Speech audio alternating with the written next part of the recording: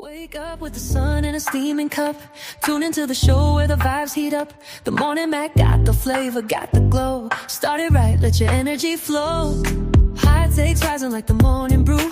Fresh ideas and a laugh or two. From the first headline to your daily dose. This is the show where your spirit goes. Oh, it's the Morning Mac, where the time don't lag. Get your inspiration packed in a casual swag. Sip it slow, feel the rhythm hit your toes.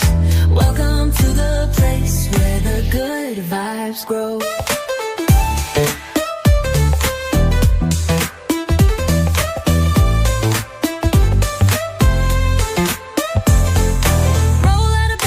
Dreams alive. The Mac got the groove, keeping you in stride. No snooze, just choose to wake up bold. This is your hour, let your story unfold.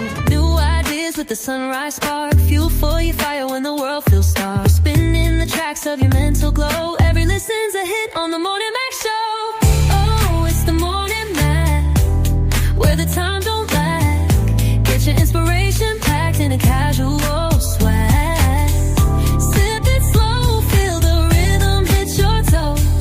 Welcome to the place where the good vibes grow.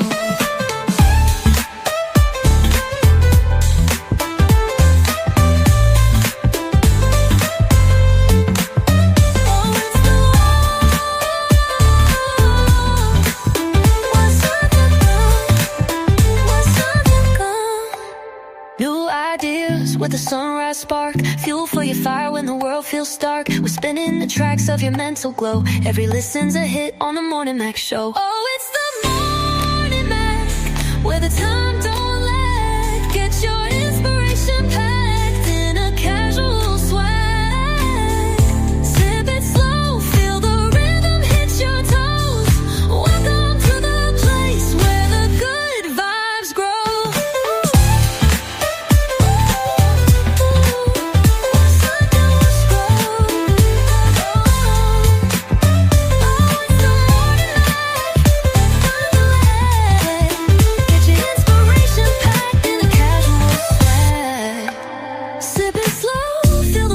Your toes. Welcome to the place where the good vibes grow. Roll out of bed, bring your dreams alive. The Mac got the groove, keeping you in stride. No snooze, just choose to wake up bold. This is your hour, let your story unfold.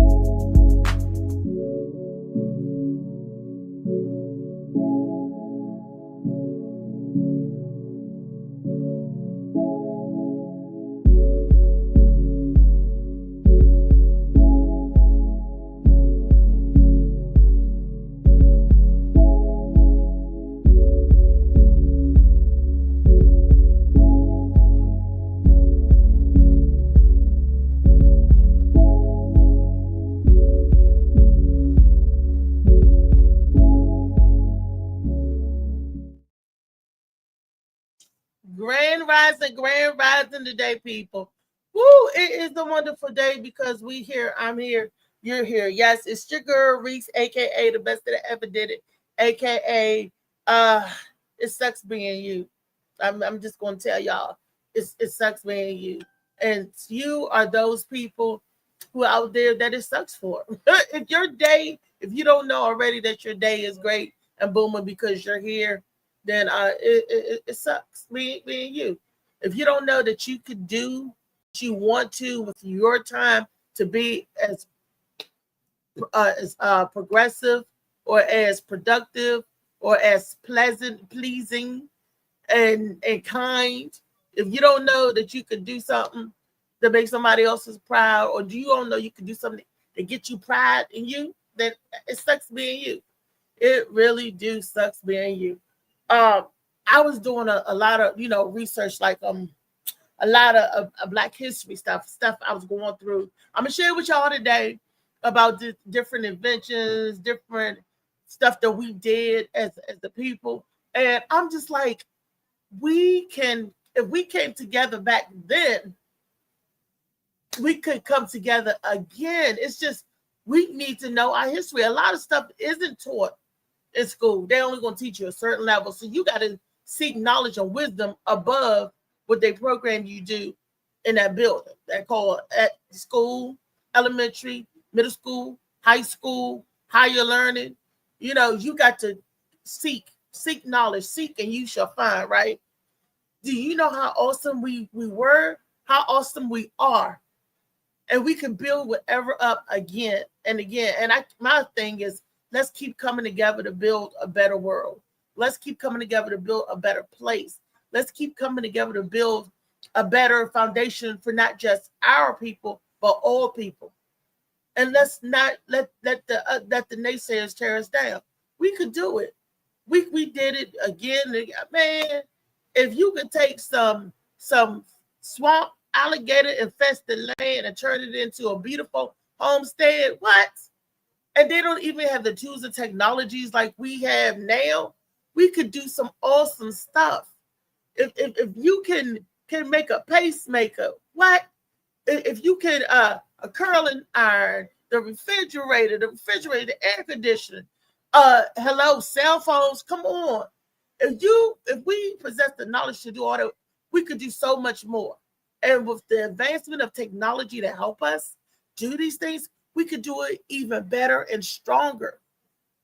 Come on, people. I know we could do it. Where my entrepreneurs at? Where my business owners at? Where is the people that want to not only make these inventions, now we can get it patent ourselves. So there's no excuse like I had to get somebody else to patent it because if they knew it came from a Black person, they wouldn't want it. No, those days are gone. So if they knew it came from a Black person, they're going to want it. Let's see what it do. What that invention do? They're going to really be honest. So we can really, really use our Wakanda brains. Welcome to Wakanda, Wakanda for life. We could really use that other part of the brain and start really doing some stuff that's going to help humanity. And when I say humanity, I mean all of humankind, all of mankind, no matter what color you are, creed or religion or whatever. Good people is found across the board in every color, every race, every religion. There are some good. So let the good unite and let's bust up this world. That's all I'm saying. I know it sound like a dream. It sounds like, oh, you got a first help, but I believe we could do it. I know we could do it. But you gotta want to do it. So for those people that want to come together, let's get together, y'all. Oh, I just had so many epiphanies and ideas yesterday. You won't believe, but I will talk to you guys about that later on in the show. And for my comedians, I have an idea. I'll talk to y'all after the show. All right, let's start the show. Let's begin. Let's say grand rising, top of the morning. Wake up with the sun in a steaming cup. Tune into the show where the vibes heat up. The morning Mac got the flavor, got the glow. Started right, let your energy flow. High takes rising like the morning brew. Fresh ideas and a laugh or two. From the first headline to your daily dose. This is the show where your spirit goes. What up, Riri? Oh, it's the morning Mac. Where the time What's up, Auntie? Hey, morning, Molly Ma. Hey, Riri. What it do, man? What you do last night? Mom, it was your birthday yesterday. No, it's two people on here. I ain't do nothing. I did we did the sports podcast, me, Hakeem, and us. Then after that, my little brother was taking me out to the club. But about time they got to me, I was asleep. They called, they was about 12 o'clock. Talking we outside, come on. I said, man, I'm tired now. Hey, I try again tomorrow or another time. I was too tired. But early, I felt like I was ready. I was all excited. Let's go. But nah, they go out too late for me. They start going out I to the know club that at too. 12. Yeah, they don't be getting in like one something to the club. They step in the club at like one something, leave out like four. Sometimes the club close at 2, 3 o'clock. They still gonna get there at one. I'm like, that's crazy. But nah, I was just tired. I couldn't do it. But yeah, overall, I had a good day though. A lot of people called me. Got a lot of texts. People showed love. A couple of people pulled up on me, showed me some love. So Oh, yeah, it was cool. you didn't go You out for know, your steak dinner. Nah, I couldn't do the swine, I can't eat the flesh. But I appreciated the gesture. But if they had some vegan food, I'd have went. Just the steakhouses, they just had, carnivores, it's food for, you know. Yeah, I feel What you. up, Malik? What up, LA? Do you like Indian cuisine? Top of the rising. Felicia, Mm-mm. you don't like Indian food because that's mostly vegetarian food. A lot of Indian dishes are vegan. I don't know. I like God food. I don't know about the Indians or American and Chinese, Korean, Jamaican food. I like the food God put out here for me, man. If they Well, claiming the food, I don't eat it. Fruits and veggies, I'm good. I ain't a foodie though. Like I don't care to eat too much. Like I eat what I like, and that's it. As long as it's all right. But you got a lot of people they love to eat. So hmm even when I wasn't vegan, like I didn't care to eat. I eat some French fries and call it a day. But so it's easy for me. I get an apple, some watermelon or something. What culture do we call that? Like, what type of food is that? What my man say? That's the real fast food. yeah, American, that's the fastest food you can eat. yeah, that is. Felicia, what do you do? You try different foods or Mhm. different? I mean, are you open to it? to some, not all. Right, I remember the first time I ate goat before. It was given to me, not curry goat, but it was given to me by my at the time I was dating my African friend, and he's from Nigeria, and he is an excellent cook. His rice comes out perfect every time. I'm in the kitchen, I'm watching this man cook, right? And in this pot, I thought it was blood because I was like, this. That's how ignorant I was, because I was like, I know there's a tribe in Africa that drink blood, and that's what it looked like. He pureed tomatoes, but it was all like smooth. And but when he added his palm oil and the seasonings in it, it had that darker hue of it, so it didn't look like tomatoes. But he was making this stuff called pepe stew, or they call peppers pepe, and I'm like, is that blood? And he looked at me, no, that's not blood. It was like, and I was like, I'm just asking what was in there, to get the color so dark. And he showed me, he got in the kitchen and showed me and everything. And I tried it and it was actually delicious. And when I tried jollof rice, uh it was for the first time, it was actually, delicious. And I sat there and I was like, oh my goodness. So some foods I will try, especially if I'm there to see it. Like some people eat bugs. Me and Felicia was talking about this yesterday. She said she don't care what recipe you put a bug in, she's not eating bugs because they had cricket tacos. Molly, what say you? That's not on your diet either, right? Nah, not now. I ain't, when I wasn't vegan, I tried some things, not purposely, but I ate gator before, and because I thought it was chicken, and it tasted like chicken until they asked me, do I want any more gator? I was like, gator. I thought they called it gator wings because it was in Florida, and we was at an event with the Florida Gators, so I just thought they nicknamed the wings after the team, but they was real gator wings, and I crushed it. I had like an 8 piece. I ate all of it, then I went back and get another one. And when I found out, I told cancel that order, man. Man trying to earl that. I ain't feel good after that. If they never said nothing, I'd have been okay. But that let me know a lot of food probably don't taste like nothing. until you season it. You put that sauce on it. That's why everybody say it tastes like chicken. It tastes like chicken. Like, nah, everything can't taste like chicken now. But you know what? Try Without rabbit, the it tastes like seasoning, chicken. without the Mhm. seasoning, the sauces, chicken tastes nasty.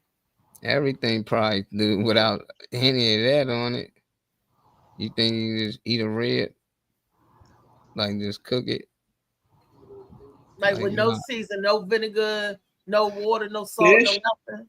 fish. You can Yeah, cook fish fish you without any can. seasoning and eat it, and it's good.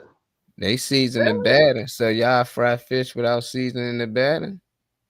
Oh no! Of course, I'm gonna season mine, but what I'm saying is that you can eat it You can, without yeah, any yeah, yeah. You seasoning. can't eat You it. can, Yeah. and and it won't bother you. Fish No, is they one saying thing would you it can't taste eat. good still? Would it still taste And good? no, I want some seasoning with my food. You got to put the soul in it. For me, I'm sorry. I got to take Mm-mm. Yeah. Or look, but even if they season up them crickets, I ain't. And no, I'm not willingly eating no bugs. I'm sorry. Not even if I was starving. I just have to starve. I'm sorry. Even though I know some bugs are healthy for you, no, the crunch alone will just kill me. And good protein. Yeah, I know. Especially in maggots, those cockroaches, silkworms, those big silkworms. worms. But I Uh-huh. don't I'm not. know. I don't know if they talk about roach, but I've heard I'm not. some No, things I've on seen. roach I've milk. seen people eat cockroaches. Yeah, The big fat definitely them. cockroaches. Yeah, the big ones. Mhm, That's Those big those time. water bugs, right? Yeah. No, they're You- cockroaches. Cockroaches, American roaches bigger But than what that. is Them a water things bug? crazy. Yeah, you can call them water bugs too. Water bugs really them things that used to curl up when you about to step on them. They like act like they dead and they roll over. You I know, thought the Mhm, water instead bugs be was the like big black potato ones that bugs. come in the mulch Yeah, that they come be out. calling cockroaches water bugs too. I be hearing people call potato bugs water bugs too. mhm. I don't I know. never seen a potato bug.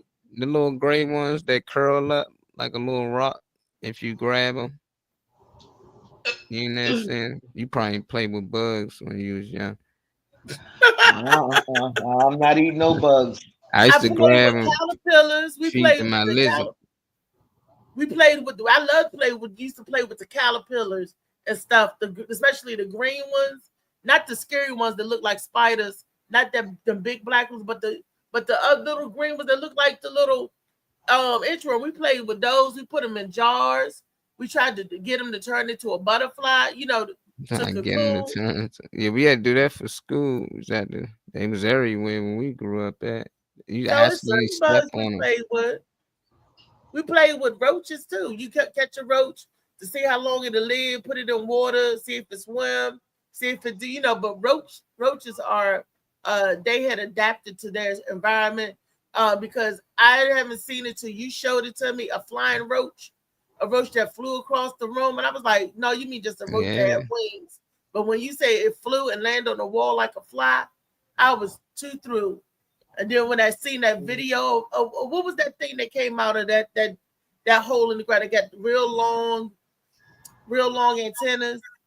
Those are some kind of roach too. But them roaches in prison is huge. I'm like, Hey, no, they gotta live too, man. no. I think them the genetic science crossbreeding that I don't know. I do not know. People will eat the things that eat them. So you still gonna eat it. You know, a lot of them things, pigs be eating whatever. People eat the pig, but you want to eat half the shit that the pig eat. But it's still in the pig, so you still eating it. It's just you getting it different, like pill style. Mhm. It's Okay. tough. But they out the country, you get fresh meat out there. Auntie and them living out there. Over here, we done got it shipped from over the world. About time it get there, it's been processed 30 times. And pump Yes. GMO into it. But The it's only thing I good. think Maryland and Virginia have fresh, with some parts of Maryland, Yeah, they do. like the St. Mary's have farms and stuff like that, and we can get our fresh Yeah. greens and then vegetable. That was the first time I saw an emu live and in person. We was in Orangeville. We was at the Mennonite market. It wasn't Amish, it was Mennonite because they did believe and electricity. They had a power generator. Amish don't use no electricity, no nothing, but the Mennonite will. And they had the generator, power in the store and everything. My father's always, I'm gonna take you to the real Amish market. He took me and my sister in there. We was like, what is this? It looked like a barn with shelves and stuff. We was like, my sister was like, I don't want nothing out of here. I don't want nothing out of here, Daddy. Who's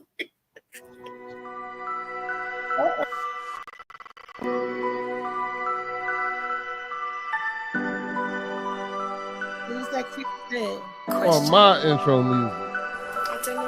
You guys In send this it, lonely man. ass world, it's getting colder. I'm not going nowhere if I cannot take my boat. I thought I sent it directly to you too. But it's Nah, all right. would I you send me a appreciate video you. or did you send me the audio? You probably sent me a I video. think I sent you the video, but I figured with Nah, all that's your cool. I probably can just take the magical, audio. yeah, Yeah, I exactly. can Your take it. magical genius, you supposed to make that happen, super producer. You know what I'm saying? Yeah.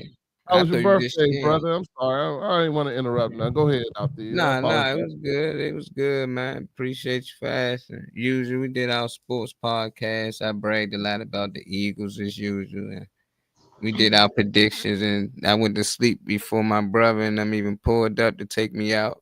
I was tired. So I'm gonna try again tonight or another time. Hey, wrap me up that steak you don't eat. And Richie just said she wanted, but she talking about adding roaches for protein. We asking auntie, we eat any type of bugs and weird food. So I don't know. I don't know what's on the menu today. What else we got, Riri? No bugs. No, I was just asking. It never hurt to ask. I remember when I was a little girl, my granddaddy cussed me out because I asked him, because he said he ate and had some of everything. I was a teenager. So I'm watching this stuff and I said, hey, granddaddy, you ever had any viper piss? He cussed me. Said, viper piss? I ain't had no doggone viper. He thought I was crazy. But I seen it on TV. So there's a lot of things that I know country people will try, and there's a lot of things they won't try. Viper piss people is one of them. But or snake bile duck. You have any snake bile duck? It helps the yang, keep the yang up. So just ask. I don't know. You said you said you ate snake. Well, okay, but did you have any? I don't know how people even come up with the parts and get the food that they get, but it's beyond me. Like, I think it was you that told me that they got roach milk out there. Was that you, Molly? Nah, that one. I was just shocked to hear roach milk. How do you milk a roach? And who has the cockroach milk. Yeah. Who has took time to milk a roach and where you get milk? I don't know the process. I don't want to know the process. It's healthy for you. A lot of people doing it. If they bottle it up and just say plant-based, people gonna be drinking. Hey, Cal. Wait a minute. They bottle cockroach milk up and say plant-based? They can, and they can just give it another name on the back as one of the ingredients, and people will be drinking it. I don't know what's different. Cockroach, cow milk. What's the difference? Goat milk. Well, if they can turn stuff, boo-boo into steak and repurpose that, they could do anything. I'm just in awe with the stuff that they are doing and repurposing and how are they trying to feed the forces. That remind me of this movie called Snowpiercer. That remind me of that movie when they didn't know when they was eating or they was feeding the lower class people to keep them running the train and doing what they need to do for the rich. Everybody lived on the train. You ever see that movie?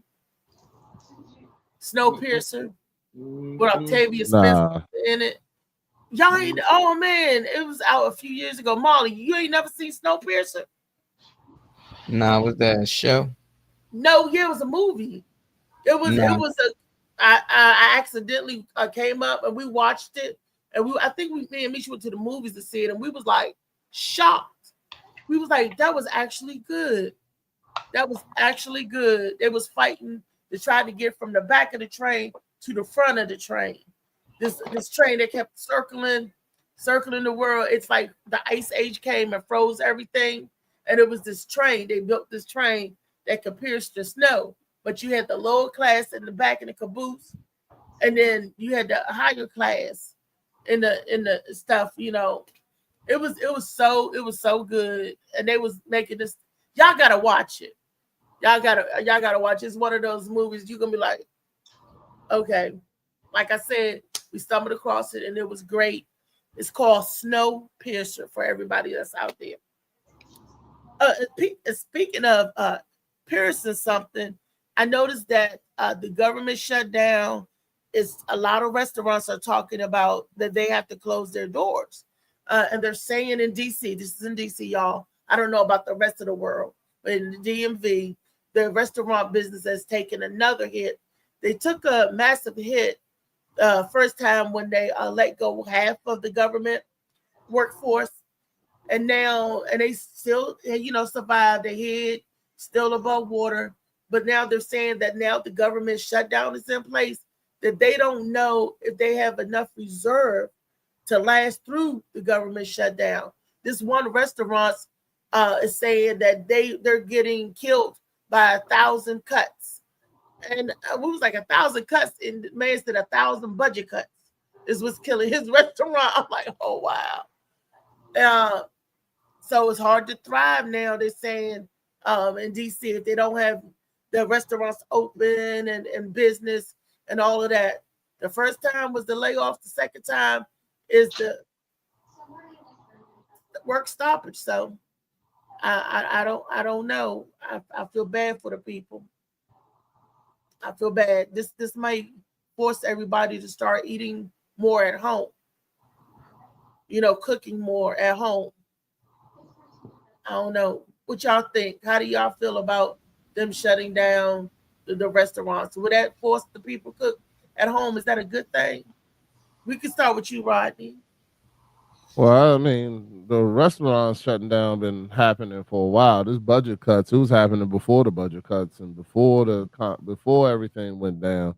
A lot of places didn't have not recruited from, people not coming back to work anymore in DC and things like that. So it's been something that's been going on for a while. So, for me in the industry, it's nothing new. People just have to, you got to change what you're doing. You got to change your business model. Some customers, some restaurants were built for this, and some were not. And it's the ones that were not built for this that are the ones that are really suffering. Because the ones that have a great TikTok base and Uber Eats and things like that, they're still doing great. So it's just the restaurants where they weren't built with, they need the people to come into the city and come into the restaurant because they're not built for it to go or carry out or going to restaurants. Their food doesn't last that way. So okay, Felicia, the question: do you think shutting down restaurants will force people to cook more at home, and is that a good thing or a bad thing? All I got is one word to say is about what's going on, and that's revelations. That's all I got to say about that is revelations. That's what I see going on. Okay. Molly Mall, what do you think about shutting down? Cal is chef. He said it's all going to backfire. A lot of restaurants buy cheap products and bump and not organic, poor food handling, etc. Cooking at home is the way to go. I mean, I already cook at home. I don't eat out, so I'm cool with it. I don't understand what the government shutdown got to do with a restaurant. Like they government employees now, so I don't know how it work out. I just hope that whatever goes on, they can somehow get back to where they was or where they trying to go. But it's gonna be tough for some people. It's tough for a lot of people.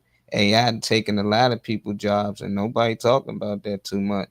People getting laid off by the thousands. Amazon let go about 100,000 employees because they don't need them no more. They being replaced with robots. So all this government people getting laid off for a few days or maybe a week or so, then they still get their job back. If they get paid now, if not, they still get back pay. So it's like they're not gonna really lose nothing. It's just I don't know what's going on. They just can't come to agreements, and until they do, we gonna be talking about it until they figure shit out. But at the end of the day, they just trying to find out how they gonna fuck us over again.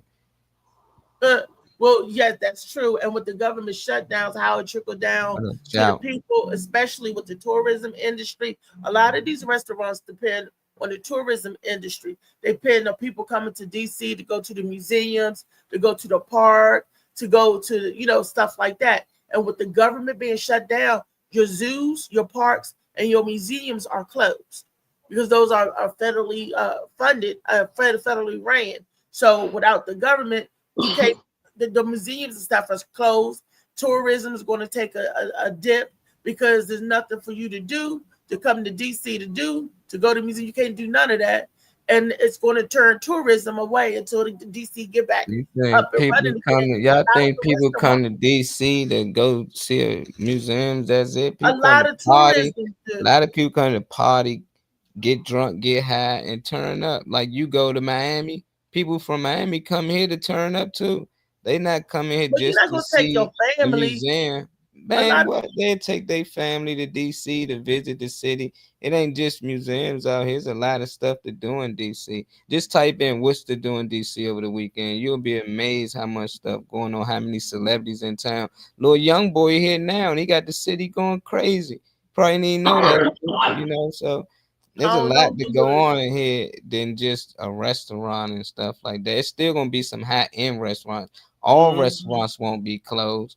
All them top-end joints where they live down Navy Yard and where all the rich people live, them areas, they still gonna have their things up. I believe so.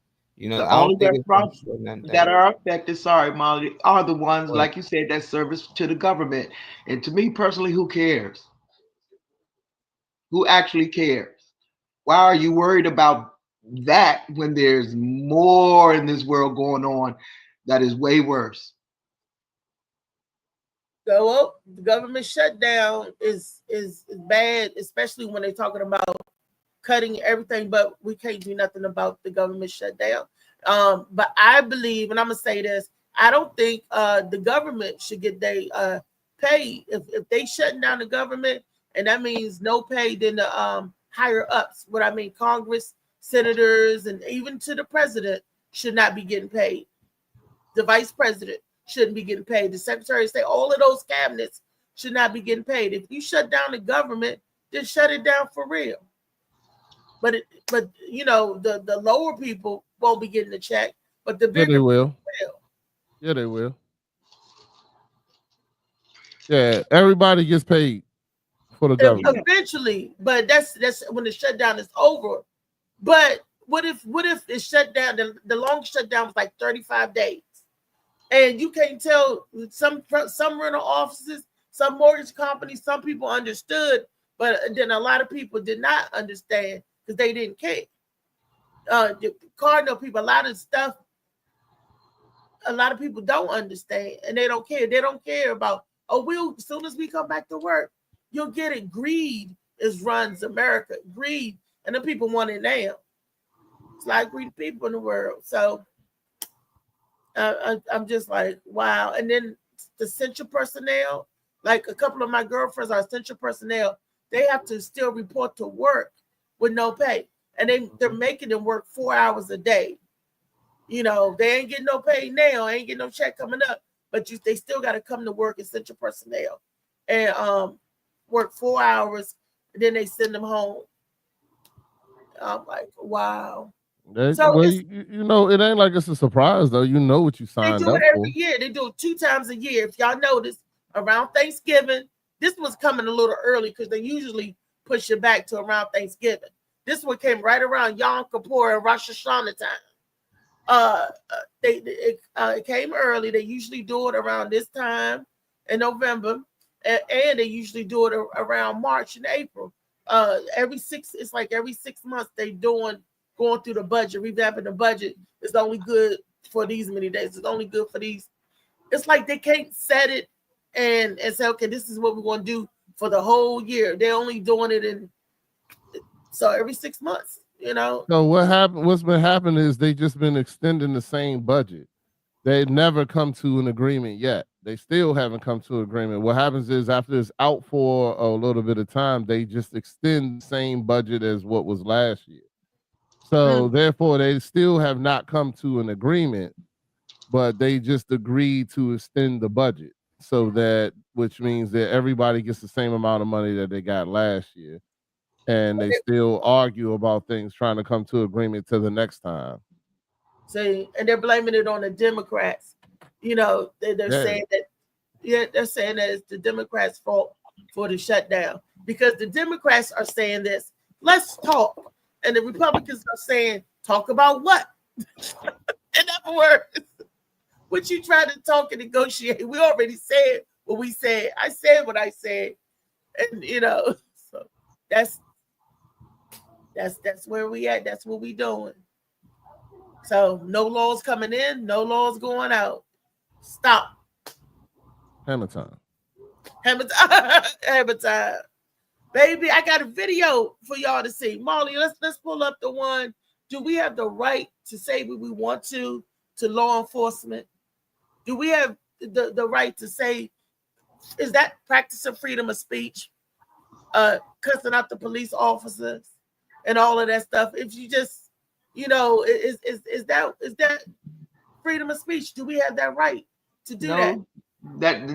That's freedom of ignorance. Okay, I got a video I want to share with y'all. Hold your thoughts till we see the video. Molly about to pull it up. Let's see, y'all.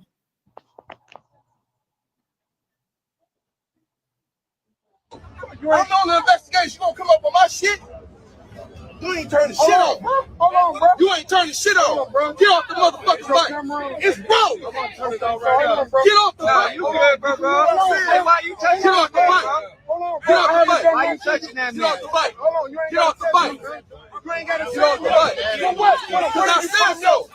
What am I getting off the bike? You didn't even have to come over here. What am I getting off the bike? Because I told you to get off the bike. No, that don't work like that. It don't work like that, bro. You ain't going nowhere. You ain't going nowhere.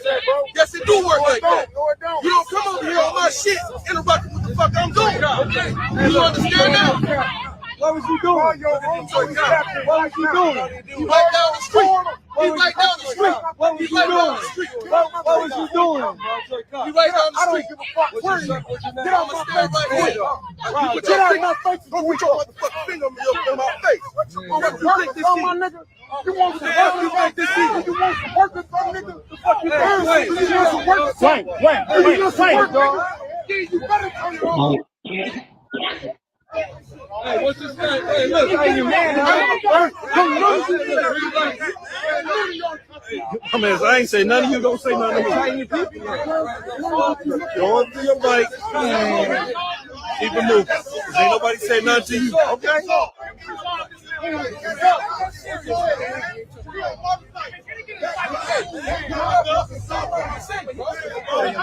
you gonna do? What you gonna do? Hit me, please. Hit me, please. Hit me, please. Come on, dog. Tell me. You want a problem? I can get a problem. Randolph. Come on, dog. Randolph. Come on, dog. You dog. Do you even know what happened? He just said, Detroit cops say, fuck you. What you talking about? I'm doing something. You ain't doing shit. Interrupting what I'm doing. What you doing? What you doing? What you doing? Well, Ratchet, you ain't doing shit. What the fuck y'all doing? Call the chief. Call the chief. Over here. Call the chief. Call the chief. Call the chief. Call the chief. Call the chief. I don't have no respect. Hey, call the chief. Call the chief. You dig what I'm saying? We wasn't even. You can't put your hands on nobody. What's wrong with you? Free speech. It ain't free speech. It is. It's America, bro. Fuck you talking about free speech. You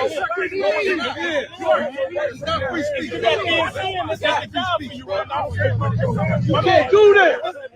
Give me some more units over here. You can't do that. If you got I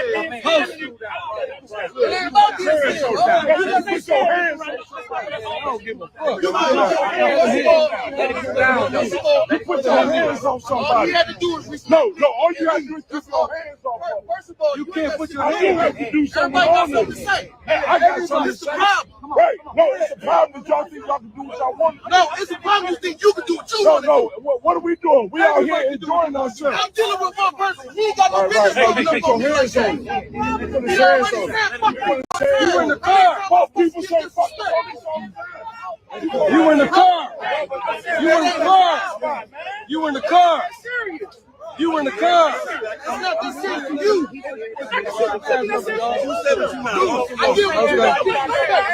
Calm down. You don't know how much money y'all make. Oh, you don't. I ain't so great.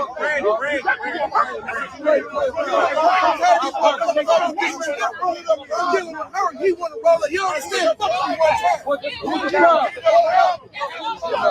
Are we still watching this? Look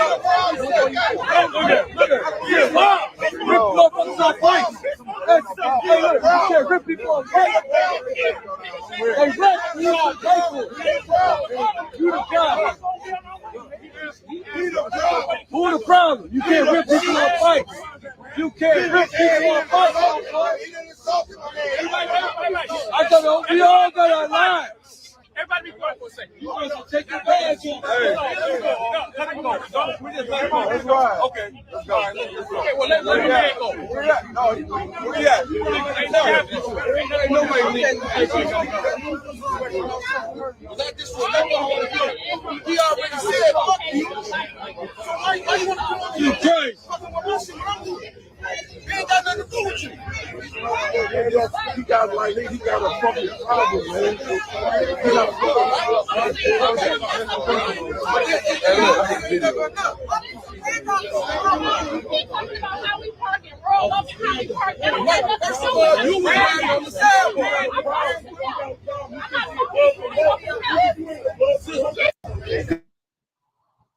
All right, y'all. So you have seen a fight unfold and escalate all from these two words. Fuck you. Okay. The police officer feels like, I don't want to be disrespected. You're not going to disrespect me. There's going to be some consequences and repercussions out here because I'm an officer of the goddamn law.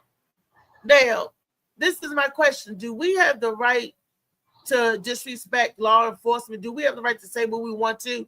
Now, to me, you being an officer is no different from being a cashier, behind the counter. But if you say fuck you to a cashier, they are expected to continue doing their job. You got to ignore some people. Now, because you're an officer, and if somebody say fuck you, does that mean you get to go off and arrest them or whatever? Right? Do you ignore them and continue doing your job? These are words. And a lot of times people don't have the bandwidth to take the disrespect. I don't know what kind of day that officers had. We don't know what kind of day that biker had. You know, all we know that they exchanged the words, ignited this, like that. Felicia, how do you feel after seeing this video? Do you have the right to say what you want to? No, you don't have the right to say what you want to. If you want respect from the officer, you got to give respect from the beginning. But on this video, they came in. When the video came in, they was already, flared up. Tempers was already flared up. So you don't know what happened in the beginning. So, based on that, no. I mean, but you don't know what happened in the beginning. The girl was telling the other officer, because there's so much confusion in the video. It is confusing. That the guy pulled up and the officer allegedly was in the car. This is allegedly in his car, whatever. And the guy pulled up on a motorcycle and words was exchanged. Not with the guy, but the officer, the guy said, fuck the police. So the officer must have heard it and reacted. Let me ask this: do you think he'd have said that if it was white cops? I don't know. I don't See, know. black people tend to treat black cops different than they do white cops, and vice versa. Yeah, yeah, you right about that. Sometimes it's like something to prove, and the respect and everything is gone. The humanity is just gone. Out Exactly. of people to people. Exactly. And it's just wow. Let's ask some of the men folk, because they deal with that. Because I haven't had personally myself every officer, white or black. I showed them respect. They've been kind and respectful to me. So it was never. I never had a bad run in with the police like that. But I know some people who had, especially guys for some reason. So let's ask the men. All right. Do you I think? assume that's me, but let me see. Huh? Go ahead. I'm waiting. Nah, I'm waiting. Go ahead. I'm here. I'm asking you. Do you about the respect thing? The same question that I asked Felicia. So for me, and I always talk to my children about whether it's a cop, whether it's anybody, in order for there to be the altercation, somebody has to be out of control. Mm-hmm. And you have to understand when you are the person who's out of control or when the person that you're talking to is out of control. And you have to act accordingly to that. Now, in this particular situation, I feel that both people were at fault and were out of control.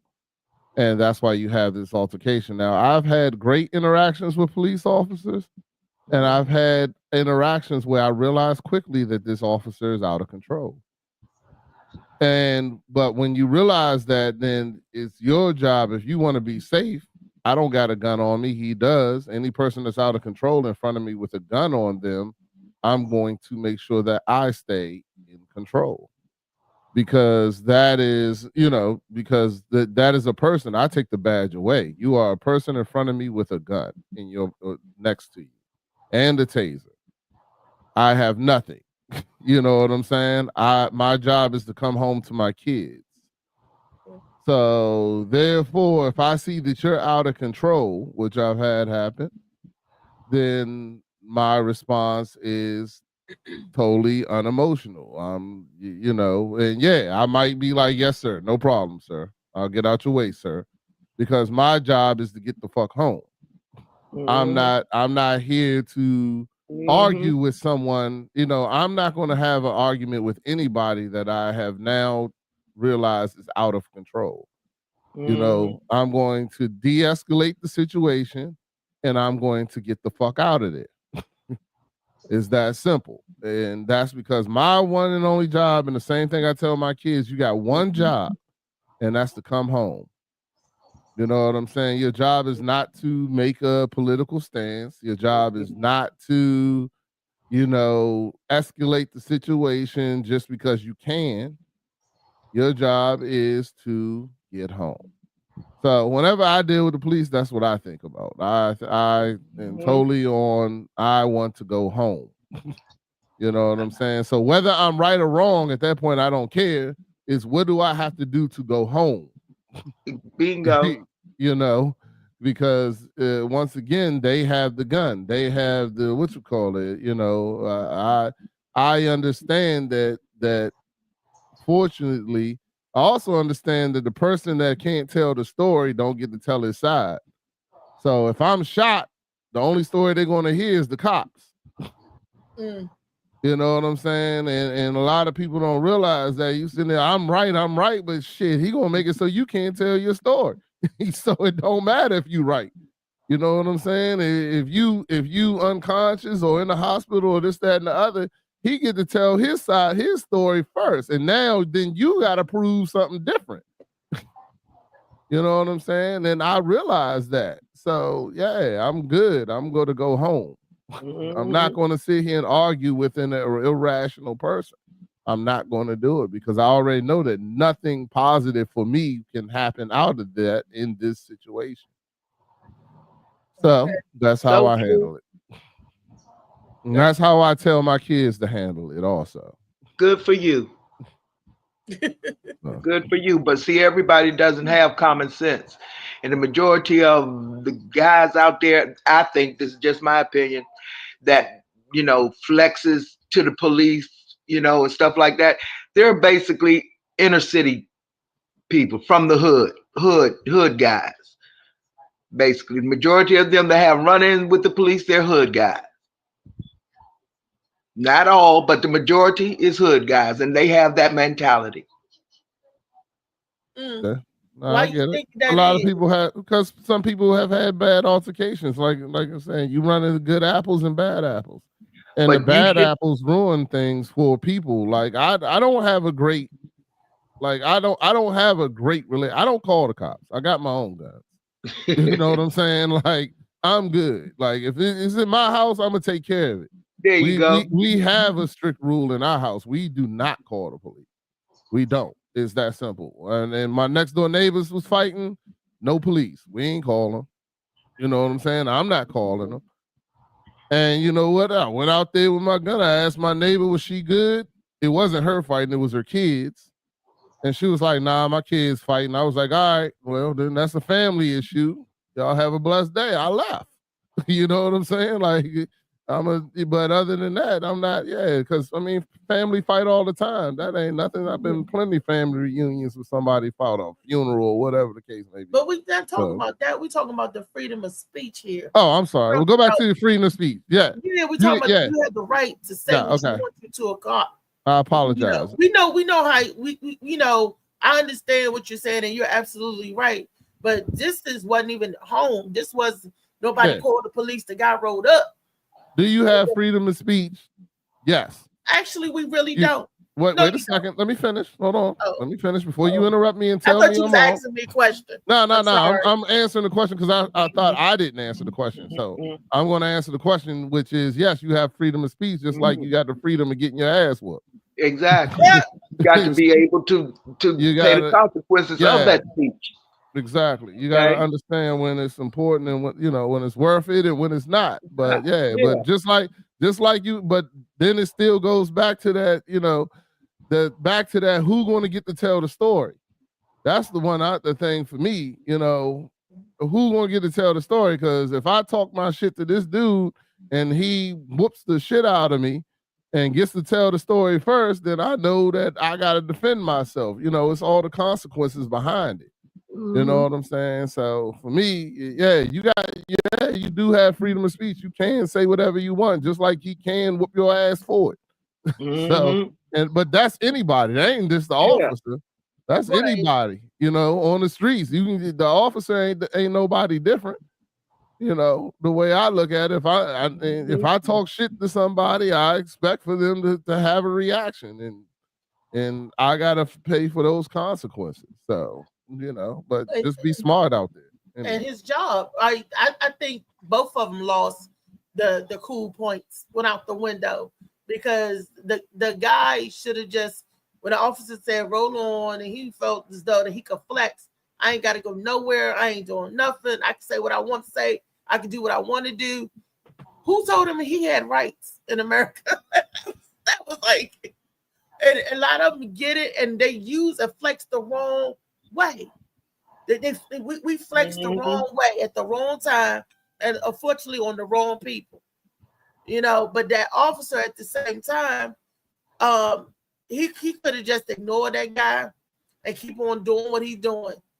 Sometimes you got to hear and not hear. If that guy wasn't brandishing a weapon or posing a imminent threat, I hear them people call cops pigs all the time. Pigs, but they gotta ignore it. But when the moment you say fuck the police, go in NWA, that's when the police like, what fuck me, what? So in temperance flare, that's because emotions are involved. Take out the emotions, and the practicality is just do your job, and the emotion it'll be totally different. But we don't know what kind of day that officer had. We don't know what kind of day that man had, but we know both of them was hot spirited and very emotional. Both of the men was very emotional. You can see that. Marley, what do you think? Molly Mall, do we have the right to say what we want, baby? To You a cop. got the right to say whatever you want to say. Wake up with the sun in a steaming cup. Tune into the show where the vibes heat up. The morning Mac got the flavor, got the glow. Started right, let your energy flow. High takes rising like the morning. How y'all doing? Can't wait. Hey, As soon as I get off of this, I'm cutting my grass and packing my bags. You know what I'm saying? Yeah, Rodney gonna be down there tomorrow too. Yeah, celebrating. We're gonna have a good old time down anniversary. We're gonna be celebrating Molly's birthday, Rodney's anniversary. Chow Bout birthday is the 15th, so we might as well celebrate that while we did too. Sure. So, yep. So, Louisa, you came in on a good time. I was just asking Molly. Did you hear what was going on? Or you probably saw the video with the altercation with the cop and the guy when he said, "Fuck the police." No, I hadn't seen it. Oh, okay. Well, the question for this video was that I asked Molly, do you think we have the right to say what we want to say? Do we have the right of freedom of speech? Molly Mall, and you said yes. Yeah, we got the right, we got the freedom of speech. Both do. You know, it's no different than saying two kids not getting along. Most time the parents come and say, "Y'all cut it out. Y'all get it together, hug or something." But when it's two adults, people tend to pick sides. Oh, the cop was right. No, the dude was wrong. No, they both wrong, and they both need to grow the fuck up. Y'all men, y'all can't talk without having this little attitude and this bad energy. So I think they both was in the wrong. Yeah, he got the right to say what he want. He can tell the cop whatever he want. The cop can come back however he want. They both got freedom to do so. But you know, at the end of the day, y'all both men. How y'all can't just come to some type of conclusion? But you can tell that's just something they deal with a lot in the area where they from. The police probably come around there and harass them a lot. They know the cop name, you know. So when they know the cop by name, that means he known in the community. Like your neighborhood cop.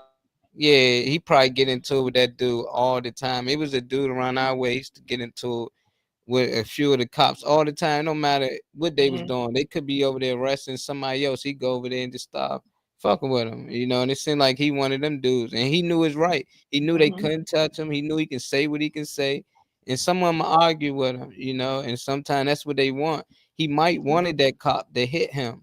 He might thought that was a good come up. You know, so it's just like I don't just, you know, I look at things a little different when I see things like that happen. But at the end of the day, they both was wrong. It ain't no right in that situation. Yeah. And what I saw is when that police officer touched that man, like they was saying whatever he wanted, he was saying, go on, I ain't doing nothing, blah, blah, blah, blah, blah. But then when the officer was like, I'm gonna make you, he grabbed the man's hand, turned his bike off, turned it. When it got to an altercation when it got physical. Now the verbatim back and forth. Like the morning brew. Fresh ideas and a laugh or two. From the first headline to your daily dose. This is the show where your spirit goes. What's up, y'all? I'm trying to be incognito and shit till I get my headphones. But what's up? Incognito. Hey. What you cooking today? Any sweets? No, I'm not cooking nothing. I'm on the deli side today, so I'm just cutting and prepping stuff that needs to go out. Little shit y'all will be grabbing on y'all way to work and on the way, you know, on the go and stuff. Okay. On this trip tomorrow. Nah, but what I was gonna say, like Molly was saying, everybody has a freedom of speech. It's your mouth. And your voice, you can use it and say what you want out your mouth. What you cannot control, however, is how people will take it. How they will take what you're going to say, how they're going to react to it. And you can't be surprised if you're disrespectful and somebody come back at you the same way. I do believe that, like Molly said, these are two grown men. They should have been able to handle that situation a little bit different. But at the end of the day, people's egos get hurt. Sometimes you feel like, oh, you think you're being cute. Let me, show you this. Is, sometimes that badge can give you a little extra oomph. Or just the fact that he just tired of his mess, or they just tired of each other. You just never know. At the end of the day, we have the freedom to do whatever we want to do. The consequences of it is another thing. Yeah, but when you start laying hands on people, that's what that's different. So Yeah, but a lot of people don't know how to deal. Like Uh-huh. Molly said, they should have been able to have a conversation or not allowed to get that far. But again, some people cannot deal with someone either going back and forth with them, taunting them, giving them the same energy they giving them back, and they come back physically, just like kids. If you arguing back and forth, y'all could be playing, and then all of a sudden it gets serious because you don't know your limit. You don't know when to stop, and the other person doesn't know when to stop either. So it's just like that. And Josh, yes, I was coming from school. My son's school, I had to pop up in their classroom because somebody was acting silly yesterday. All the kids sat up straight when I walked up in there. I was like, oh, I'm everybody's mama today? Okay. Mm-hmm. They heard you clapping down the hallway. No, they didn't. Rodney, shut up. They're the booty. It's like, who mama's that? Auntie, don't be laughing now. Who mama that? Somebody coming. I used to enjoy popping up at my son's school when I could, you know. So, but I'm sure he enjoyed it too. No, he didn't. He did. But it's being funny. But he, I don't know why he felt like that, but the other kids loved me. He's, you know, that's because you're his mother. Of course, he ain't gonna. Ethan wanted me to stay. I'm like, boy, bye. Go do your work. I ain't gonna be a distraction for you. Bye. You don't know. He wanted you to stay. Yeah, my children love me till I get on them. They like me around. Yeah. But he talking about, you won't stay. I'm like, no, do your work. His friends think I'm the cool mom. You know, and Tyree was like, I just tolerate you. They just tolerate you because of me. I'm like, no, whatever. So, but anyway, with the freedom of speech, I asked Tyree that. I said, you think you have the right of freedom of speech? He said, who said we have rights? No, for real. In the eyes of the government. Wow. So I had to think about that. I was like, wow, and if this is how you feel it in the climate of the country, the way things going. Molly, but I do got another video, Talk Thursdays. I got quite a few. These are stuff like, did you know this? Or did you know that? This is when I started digging. I came across quite a plethora of things, good things that they don't teach in school. That all 12 years of schooling, they never mentioned these things. And you have to ask yourself, why is that? And I think it's to keep us separated in division, to keep other people from not coming together as the people. So, but let's share it with some of the other videos that I got. I sent them in for y'all. Hold on, Trey. You probably can't hear me. Trey. He don't got his headphones in. Oh, okay. All right. No. Hey, Trey, mark me down a ribeye for like $2. I'll be there in 15 minutes. In 1888, a carpenter's son from North Carolina walked into MIT as its first black student. 4 years later, Robert R. Taylor became America's first academically trained black architect. But here's the incredible part. His father was born into slavery. Henry Taylor, a freed slave who taught his son carpentry, somehow managed to send him to one of America's most elite engineering schools.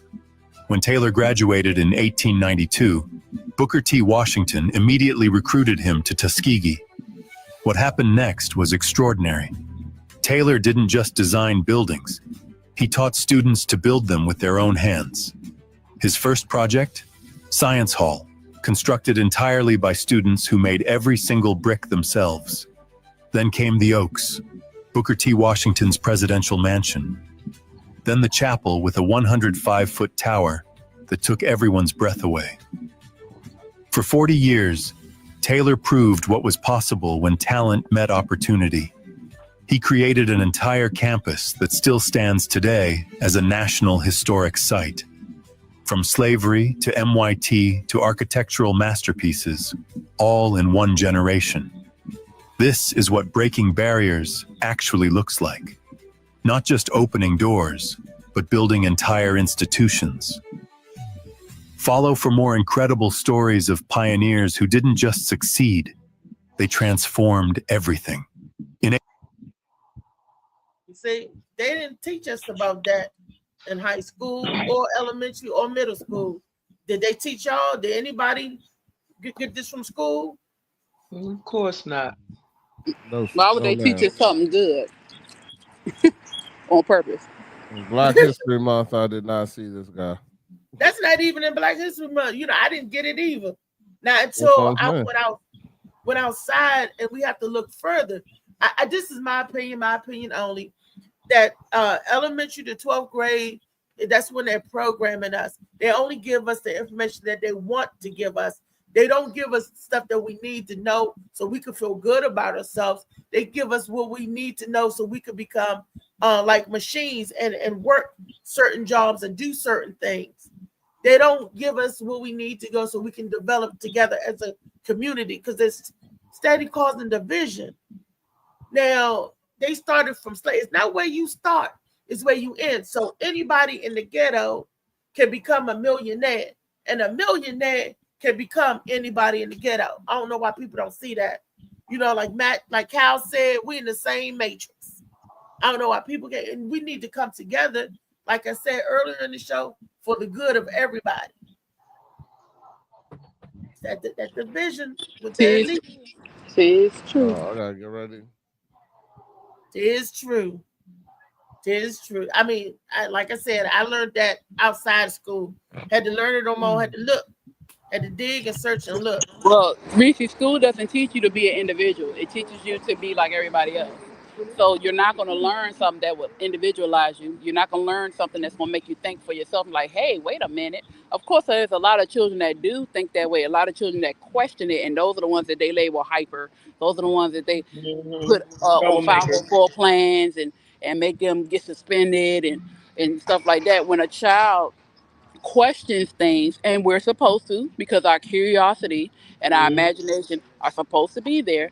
When they do that in school, they're a problem child. When they question authority and they have good reason to, they're a problem child. You know what I'm saying? So we're not, again, schools are basically conveyor belts, like you were saying. And school, there are great things you can learn in school. You're supposed to have that social awareness. There are things you are supposed to learn. But at the end of the day, the underlying thing of the board of education is control. And that's why it's our job as parents to teach our children to be individual thinkers, to be themselves, to question everything, even us sometimes. You know what I'm saying? Not in a disrespectful way. Not in a disrespectful way, but hey, you know what? Why do you want me to da? Oh, well, let me tell you. Now go do it. You know what I'm saying? But it's we lose that part of ourselves, which makes us lose the innocence because we allow other people to continue to tell us who we are, what to do, where to go, how to think, how to dress, who to be. And we lose our individualism because we're so much like everybody else. Why? It starts in school. Walk in line on this line. Crisscross applesauce, all that other stuff. They start them in pre-K and in daycare. But as a parent, you can, you do this because you're in school, but I'm going to teach you this because you live with me and you're my child. And I want you to be able to expand your horizons and not just depend on what you're being told. There's book smart and then there's street smart, and you need to be a combination of both. Right. And I do believe it a lot of times it's the school and the government that gives the children the right to say you could do this, you could be whatever you want, you could do this, you could do that. But they need to specify and be specific with those children about what they are and who they are and what they can be and all of that. We want to be stuff that make us feel good. And if you could be, we change all the time, especially as children. So it's your mind is young, your mind is being programmed, you're very impressionable, and you're like a sponge. And I believe that it's up to the parent to give that child a heavy start foundation so that when that child come across, when it goes to public school, And when it goes to amongst the rest of the public in the world, that they know when they doing something bad or to question, hey, I know that's not supposed to be there. Hey, why are we doing this? Hey, that's not right. They know and they feel like the right from wrong, so we can keep our innocence, so we can keep away from the bad things. But unfortunately, it's not like And that. we need to make sure that our children's foundation is non-biased, because we do put our prejudices, we do put our stereotypical thoughts of other people and our biases on our children. That's not fair, because they miss out on a lot of things. Though we have reasons as to why we feel certain ways, we should allow our children, we can prepare them, but we should not make them have subconscious hate of something or someone because we felt a certain way. That's another thing that when I say as parents, we tend to mess our children up because we put those feelings or our experiences that we had on them, and they don't know why they don't like this, or they don't know why they're scared of this. Like one of my girlfriends, she passed away about 8 years ago. She was afraid of escalators. She would not get on escalators, and I would have to like push her on the escalator for us to go get on the train. I'm like, girl, we got to go. She instilled that fear in her daughters. And I told her, I said, let me tell you something. You're not going to do my nieces like that. Tell your family, let's go. And I got them to stop being afraid of the escalator. I don't know why she was afraid, but eventually she stopped being afraid because her children were not afraid. And so she didn't mean to put that on her, but that was a fear of hers, and she implemented or put it into her child because her kids saw her. So we have to make sure that though we have our fears, though we have our experiences, though we have a prejudice or bias against things, we cannot put that on them, because they need to learn the world for themselves. We can teach them, we can show them, we can love them, but it's not right to make them not be able to see things. Right. That's true. Biasly, yes, that's true. All righty, Molly, we can set up the next video. Anybody want to chime in or got anything to say about that video? No. Well, we can move on to the next. Hey, I saw something, but it's gone. My eyes keep looming in and out, in and out. I'm gonna get my rest. I'm gonna be ready for tomorrow. While we wait for Molly to pull up the next video, we're gonna talk about what good time we're gonna have tomorrow. We're gonna be on the scene with the gangster lane, and this is something they ain't gonna teach y'all in school, because you're gonna have to be there for the good time.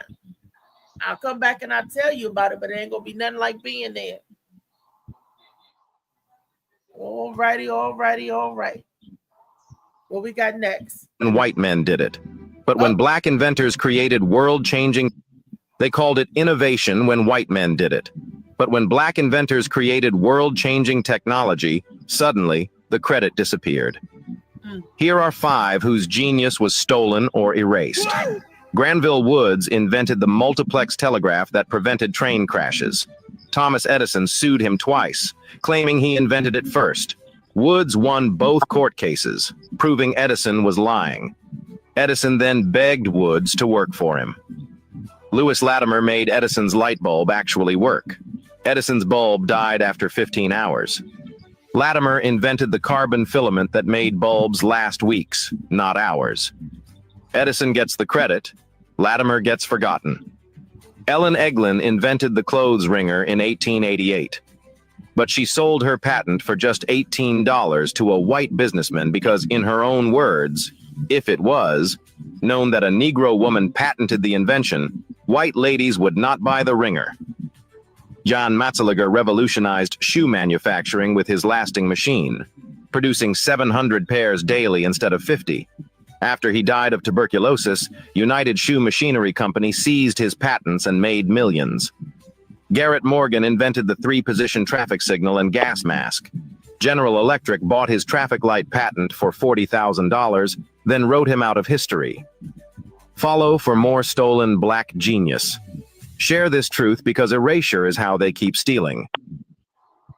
Now, that is a very good point. I knew half of these. I didn't know about the lady with the clothes wringer, but I knew about the gas mask and top of a traffic light and all of that. But still, that wasn't nothing that I learned in school. I learned that in Black history studies, Black studies, and that's on a higher level other than elementary and high school. But when what they were saying is true, that the erasure is real, and that's what they're doing. That's why history keeps repeating itself over and over again, because they keep erasing the real blueprints hidden, but they ain't gonna tell you, and they erase it, and they can manipulate it, do whatever they want to do in the rules, and like that lady said that invented the clothes wringer, she invented it and sold it for $18. $18. Now, that was a lot of money back then. It's $3,600 equivalent to today's money, $18 from back then in 1885. But this is the point I wanted to make, that she was totally right, because if they knew that this invention came from a Black woman, white women wouldn't buy it. But because they thought a white man made this invention to make their life easier, they was all over it. There's a lot of stuff that we don't give credit what credit is due, that people step in and steal the shine or the spotlight. Jack Daniels. Hey, Phil. What's up, baby? Jack Daniels. They stole, well, they didn't steal it, but yeah. Black man created Jack Daniels. But Jack Daniels, the Black man name ain't Jack Daniels, is it? No, his name is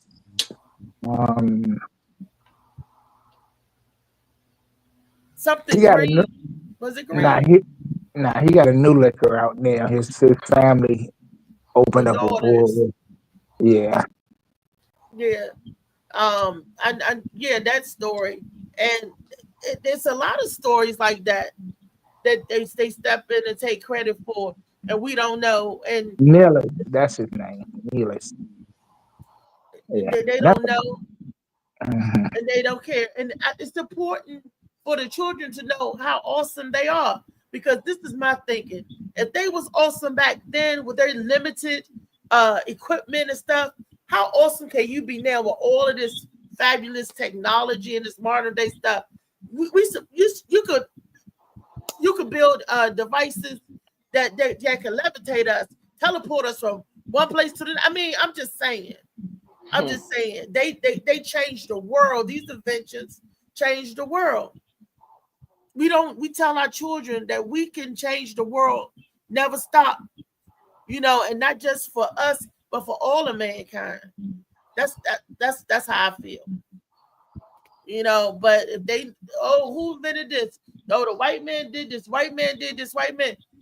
It gets a little dismal for children of color, because they thinking everything that's right came from the light, when that's a lie.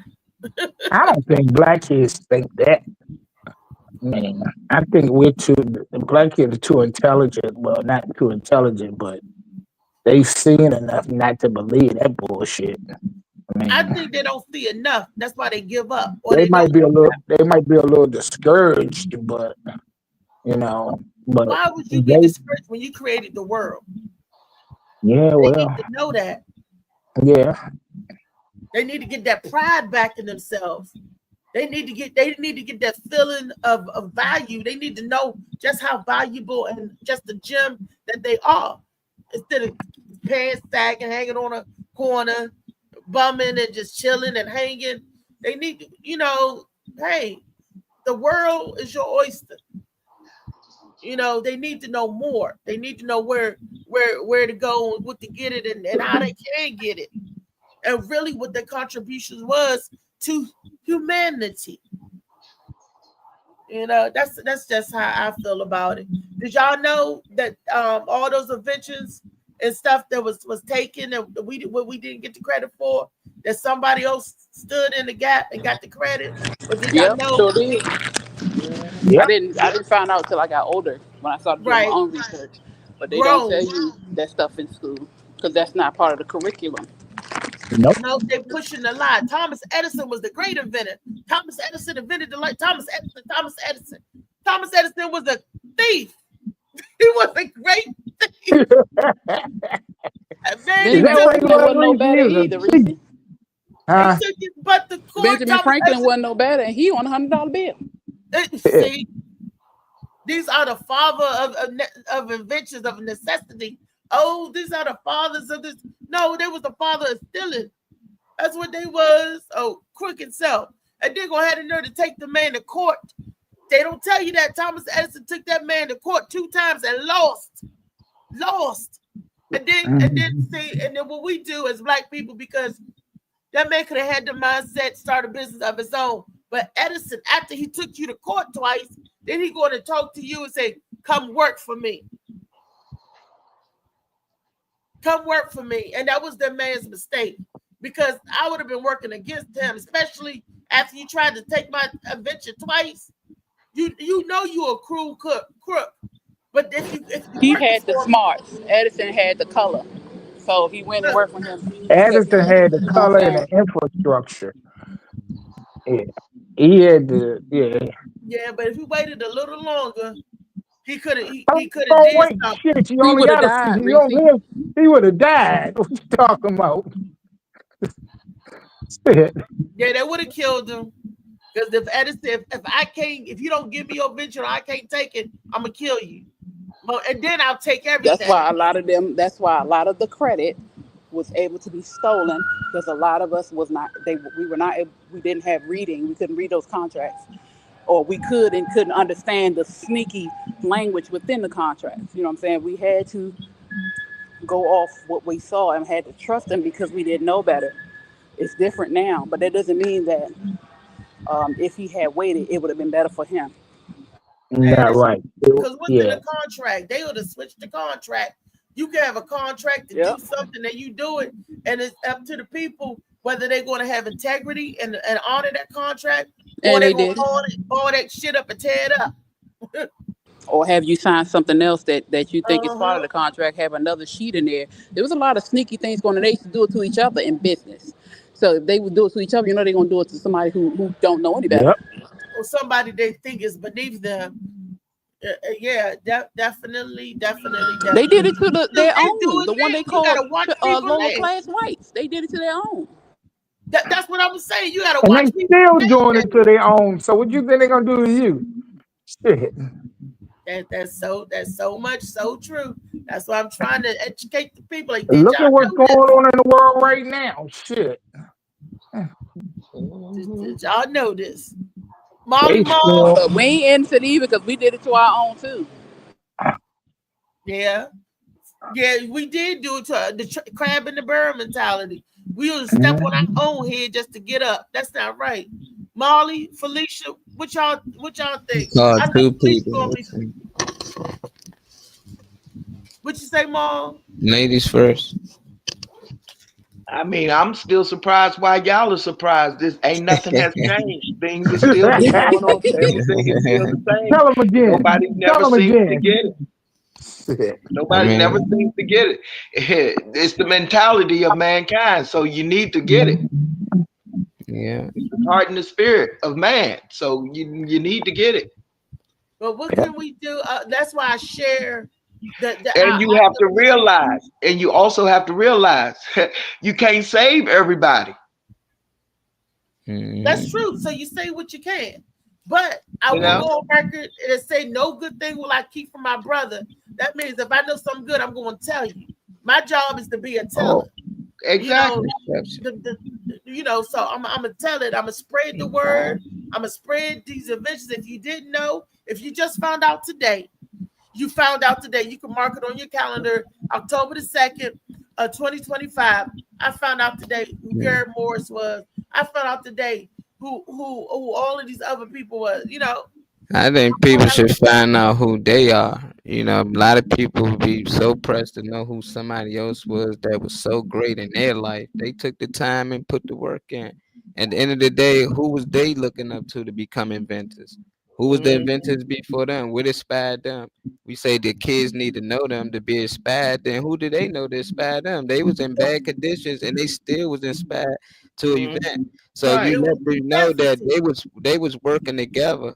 A lot of people make it a race thing, and they understood that I can't put it in your name because you put it in your name, we ain't gonna make money because it's racist fuckers out here. But black But people ain't you gonna got get invention. If you got invention, I'm gonna invest into it. I'm gonna go ahead and get it patterned. I'm gonna give it whatever materials you need. And we're gonna make it work. You know, today we just say, oh, somebody stole. No, they work together. He didn't get the credit that he deserved, but back in them days, they purposely did that. They knew what they was doing. Our black people weren't dumb. They was getting paid. They knew they can create more shit. You know, at the end of the day, they like, we gonna keep creating. But I don't think they was like getting finesse at them times. I just think through history, they wasn't letting white people know that black people invented these things so they can keep purchasing it. You know, that was it. If they weren't racist, they'd let everybody know that this black man did. It's no different than Elon Musk and them now. Y'all assume that he invented these electric cars. He didn't invent anything. Bill Gates, he didn't invent anything. It's other people that invent these things, create it, and they pay for it and get the credit for it. So now everybody can say Steve Jobs created Apple. He didn't create Apple. The guy who run Android created Apple. The app, he gets sued every year for using it, you know, but a lot of people don't know. So it's like they been doing it then, they doing it now. But that's why I'm telling them, Molly. So Yeah. they know. Yeah, but I don't think they'd be as, you know, less inspired to be inventors. You know, like that's gonna happen. And if some white man come along with $100 million to invest in you, is a kid out here who white people invested in to create his own gas from fucking plastic material. You know, like it's still the day we know to get the credit for it. Back then they couldn't. Today people are bad from black people, so it's no reason to hide it. But at the end of the day, we saying that they working together to make things happen. But at the end of the day, a lot of people look at this story and they divide themselves from people. See what they did there. See what they did there. Did you see how they worked together and got rich? I'm pretty sure he was treated a lot different than a lot of other ones. If he can invent some shit and get me millions, you think they gonna treat him bad? You think they was whipping him too? I just look at things different. I try to put myself in them people times at them times, not now, because now we ain't going for that shit. But back then they might had it like, go ahead, you put your name on it. I don't want to put my name on that shit. Like, let's pay me now. Pay me. You don't know what he gave him. He probably gave him more than what they even got documented. He can't put it out there. So that's how I think about it, though. You better. Maybe for some, maybe for some the other way. You know, it's that could have been the case, and then for some, maybe not. Maybe, you know, it's a hodgepodge of stuff. It's a throw up. Everything don't apply to everybody, and you know, hey, that is true. I can't say you wrong, because you know some true stuff out there how people work together.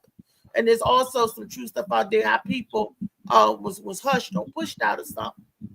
So you right. There ain't no right or wrong in this. It's just life. There ain't no. I mean, but we go so much further back than that bullshit. I mean, we were inventing shit in Africa long before Europeans were. So I mean, if you just follow your genetic history back, Timbuktu, all them other places, those were African places. Those were ancient African universities. So I mean, you know, we just look at the present, man, or the in the 1900s, the last 1,000 years. Yeah, the last 1,000 years. So I had some more video. I think we got time for one more a video, Molly, that will send down the pipes. Let's see what adventures we got on this one, or what this was talking about.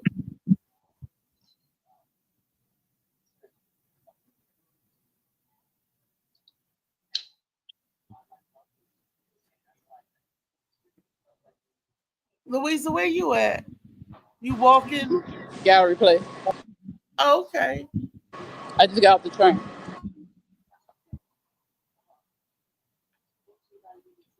All righty there. Families. A woman born to formerly enslaved parents walked into a room and said, "If they won't let us in, we'll build our own." Maggie Lena Walker chartered the St. Luke Penny Savings Bank. becoming the first Black woman in American history to establish a bank. She opened with $9,000 in deposits. Within years, she was serving thousands. But here's what makes her extraordinary. In 1902, she launched the St. Luke Herald newspaper. In 1905, she opened a department store on Richmond's main shopping street, featuring only Black mannequins when other stores refused to display them. She hired Black women as clerks, managers, and executives when no one else would touch them. Through the Independent Order of St. Luke, she taught 50,000 members financial literacy, home ownership, and economic independence. Wall Street was redlining us. Maggie was teaching us to build empires. She ran that bank for 30 years. Ask your history teacher about her. Watch the silence. They buried her story because it proves we've always been builders, bankers, and bosses. Follow for more Black history they don't teach, and share if you're tired of the erasure. This is all about the erasure. This is all about them resetting it. This is all about them teach the history. We should be able now, is even in schools today, they should be able and willing and open to teach the history. But they're still not. They're still going by that old curriculum. And I believe the curriculum needs to be changed.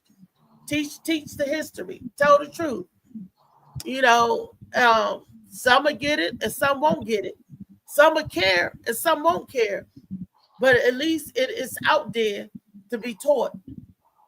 You know, that's like us going to school and we know something not right. What makes you want to seek more? Or what makes that child that wants to know more? What makes them want to know more? You know, I think You know, one thing that we got to remember, it's not hard to hide anything if it's not there. A lot of explosions happen, flooding happen, just burning down of towns and businesses happen. It's not hard to hide what is not there. And because it's not there physically for people to see, it's our responsibility, again, to share those stories. It's our responsibility to tell what happened. It's our responsibility to instill, hey, you know, we do this. We are capable of doing this. We have done it. Let's do it again. You know, we got to stop putting it on other people to teach us what we're supposed to know. Those that were there, because they were survivors of every occurrence here in the United or the ununited states, somebody was supposed to pass that information down to their children. Sorry, y'all. They were supposed to pass it. Oh, no, baby, go ahead. Pass the information down to the children, their grandchildren, their great-grandchildren. Everybody's supposed to pass down the history. Word of mouth. You be the oracle. You be that person. In different cultures, in African cultures, they have someone who has the history. I can't think of the name of it right now. the But there's guru, someone in the village. the guru. Huh? No, it's your oracle. It's an oracle. It's another word for it though too. But that person knew the history of the people. They each knew the history of the people around them, and they would share their history and they would teach the next person the same thing. And though that, you know, some things may get forgotten as you get older, but there are always someone who remembers something. So it's our responsibility to tell it. We got to tell it. We got to stop acting like we don't know, because we know. Well, some of us don't know, and that's why we got to find out. Yeah, but I'm talking about those who do know, and it's a good thing that we have access to learning the things. children, they don't even want to hear it. Yeah. Yeah. And that's why I say you can't save everybody. Okay. Now, every educated Black person knows what happened then. Okay. And what the Black people had to do then, what we built then. They knew that, they know that, right? Okay. Now, what about the Black people that are achieving now? Right. Why don't you talk about that? Find some stories on that. Who have achieved now, who are still doing that now. Instead of, we know what the history is of Black people now. See where they have come since then. Okay. Stop drilling on the past. We know the past. Okay. No, what have we done to correct it? All of us don't know. I said not all of us. For those who do know. Okay, drill on what they have accomplished now. Well, what they're trying to do right now is wipe out the past. They're trying to make it sound like it never happened. The only That's way why. they can wipe out the past truly, if we stop teaching. Okay, if we stop teaching our own. If we stop teaching our own, but like you said, everybody is not going to listen. Okay. Right. So it's up to each individual to receive the information they truly want to receive. Okay, and move on with their lives with that, because I truly believe at the end of it all history will be revealed. So Yeah, the truth. I'm not worried about it. You see, all I can go about is here and now. I know what happened then. I know the mistakes of the past. Now, what can we do to correct it in our lives? You can't worry about everybody else's life, but what can we do to correct it in our lives and in our children's lives? Okay, That's what we got to do. We got to be responsible on schools to teach our children. You cannot only rely on the community to teach our children. You have to have a strong found teachings within your home with your child, so when they do reach out in that world, they can make better decisions and know what to look for and not what to look for. It starts in the home first when raising our children. Yeah, we are their first teachers. How are you going to teach if you don't know? What are you going to teach it if you don't know? All you can do is teach what you know, and then that'll give the child the courage to want to go out there and learn more. Okay, once they start learning more, they can come back and teach you. That's why you are not too old to learn, because technology is going to continue to grow and grow, and you're not going to be able to keep up with it, but your children will, and they can come back and teach you. Now here's the thing with technology. We need to know both the way before and the way with technology, before technology and with after technology, because if the technology, which you will one day, that data go off the grid. But you're still stuck in the past. Okay. Can I finish? Our children are not dealing with the past, though. That's what I'm saying. Those that know do know where we came from and what we have done in the past. Okay. Then those that do know. I'm talking about this. You didn't let me finish what I was saying. So that's why you didn't. This is what I was saying with the technology. Yes, we're moving forward with the technology, but we also need to know what it was like before technology. For example, microwaving food. Michael, what if the grid goes down? You can no longer microwave food. You need to know how to build a fire. You need to know what came before. Reese, what makes you think some people don't know how to do that? What makes you think they don't? Like I said, those who know. Those who don't, okay. What can you do? But continue to teach. That is the key. You got to continue to teach and to teach the truth. But not everybody teach the truth. Not everybody tells the truth. Not to a child. I feel when a child gets to the point where it's old enough to ask a question, it needs to know the truth about that question. But parents feel that a child is too young to know the truth, not knowing what that lie may cause them in the long run. Yeah. And how they will see you in the long run. And is that why they don't want to listen to what you got to say? Pretty much so, because most of these parents, they'll tell the child one thing and they'll display another. You can't just talk it, baby. You got to walk it. Yeah, that is a fact. No bullshit. You cannot just talk that shit. You got to walk it. Visual. If they don't listen, they won't watch. Yeah. They're going to watch you when you move. You are your own judge and jury. You are. Okay. Lie to a kid, you'll grow up a liar. Oh, hey, David. You want me to read this? Oh. Yes.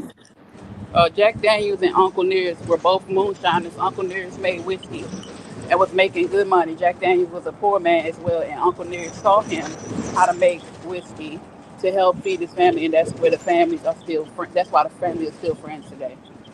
And that's some good ass liquor. Uncle That Nearest. Uncle Nearest shit is good. I just left Tennessee, so And you know that's what? Hmm. In the Jack Daniel picture, when he got Jared. all of his people, Uncle Nearest is in that picture. Uncle Nearest is That, there. that black man that's in it, Yeah, that's yeah, yeah. Yeah, Uncle Nearest. he never turned his back on Nearest though. Like Molly was saying, the white man had he didn't have the infrastructure, but he had he was white He enough had the to influence. right. He was white enough to move it forward. Yeah. That's a good story. It teaches of how the coming together and working together. But Uncle Nearest was true to his word. He had integrity, but his sons didn't, and that's why the other ones had to go back and sue. See, you can have integrity, but your son or your grandson may not. And then it takes one to spoil the bunch. And when you hear the And girl's story, the ladies talk about the families and stuff. So it's always one that want to go off the grid and cause chaos. One Yeah, family. I start digging in them stories too. Like just because you heard somebody invented something, that shouldn't leave it there. You should read about their story. Where was they born? Who was their parents and things like that. Because there's a lot of stories they just leave things out. Like the girl we just shared, they left out her white father. They left out the fact that we lived in Virginia. So in Virginia, it was against the law to be an interracial couple at the time.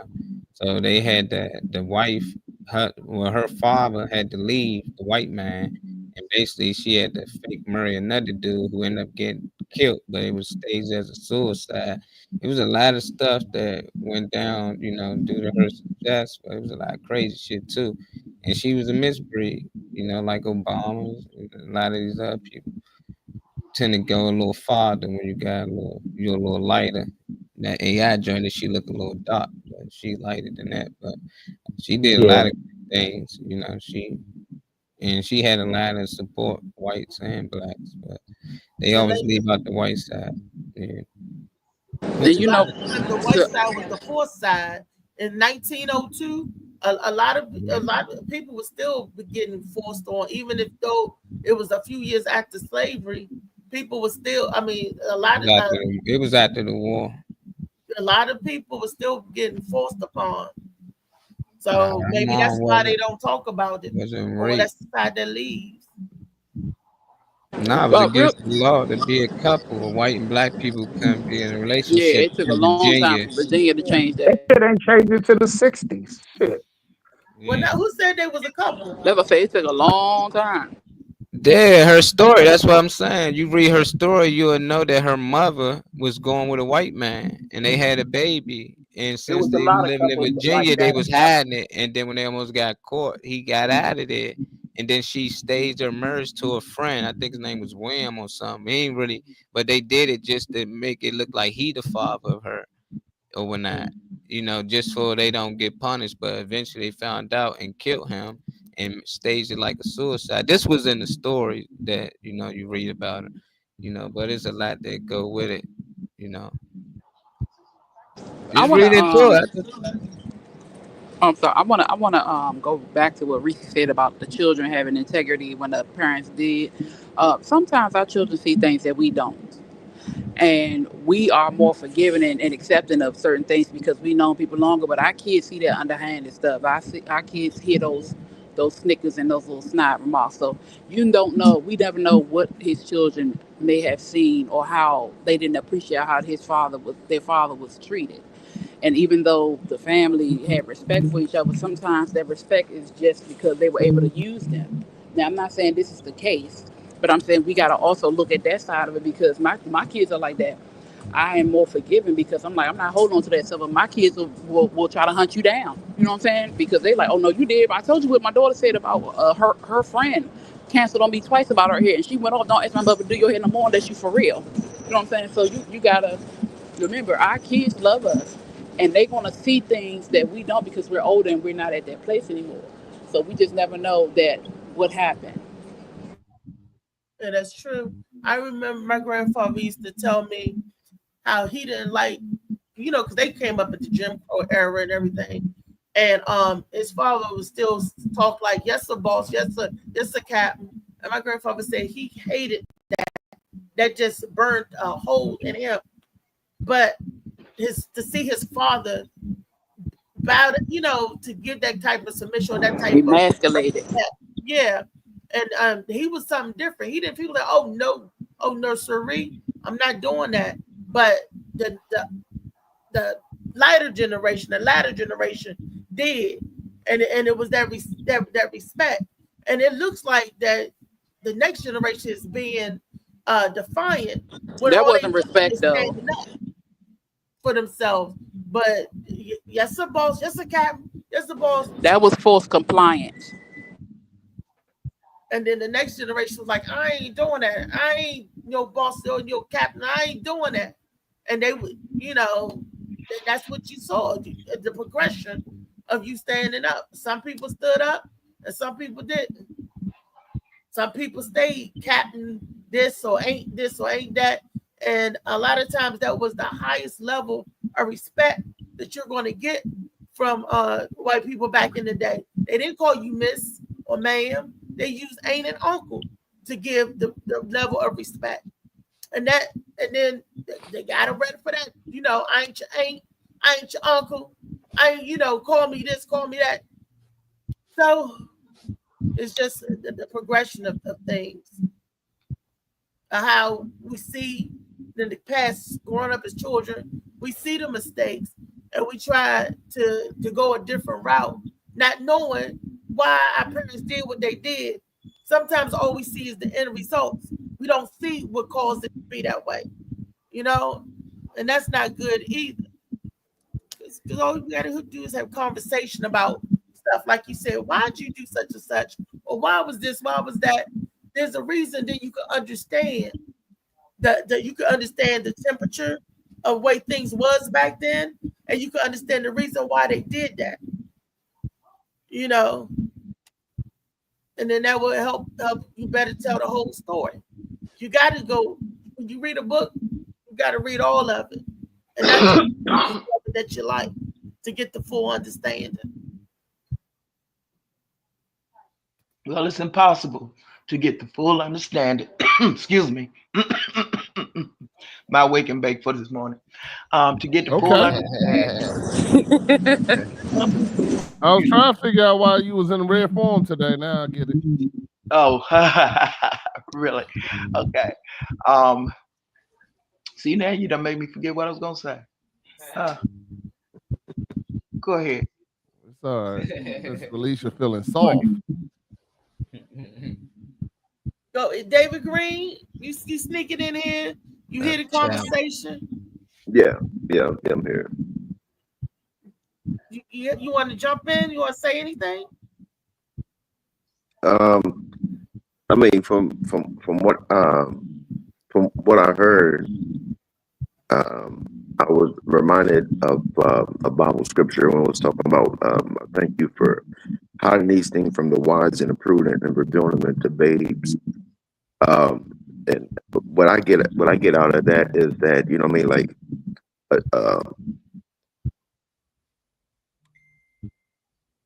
the older people and everything, they're stuck in their ways. You know what I mean?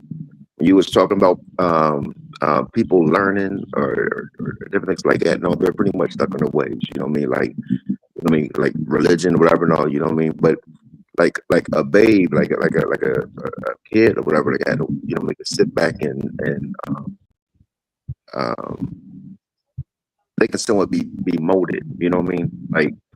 Like I just had a discussion with my cousin last night. We was talking about like different things, so like history and different things like that. And I mean, we was talking about like slavery and different things like different things like that. Stuff that I mean, that we basically what we were saying, what we was taught in school and everything and all is pretty much been a lie or whatever. But if you talk to somebody older, whatever, they're going to sit there and they're going to tell you everything that we've been taught in school. You know what I mean? Instead of the, you know what I mean, the new things that, you know what I mean, the new information and stuff, you know, that, you know what I mean, that we've been learned and everything, you know what I mean? You know what I mean? Even down to like slave ships and, you know what I mean, how, you know what I mean, a whole lot of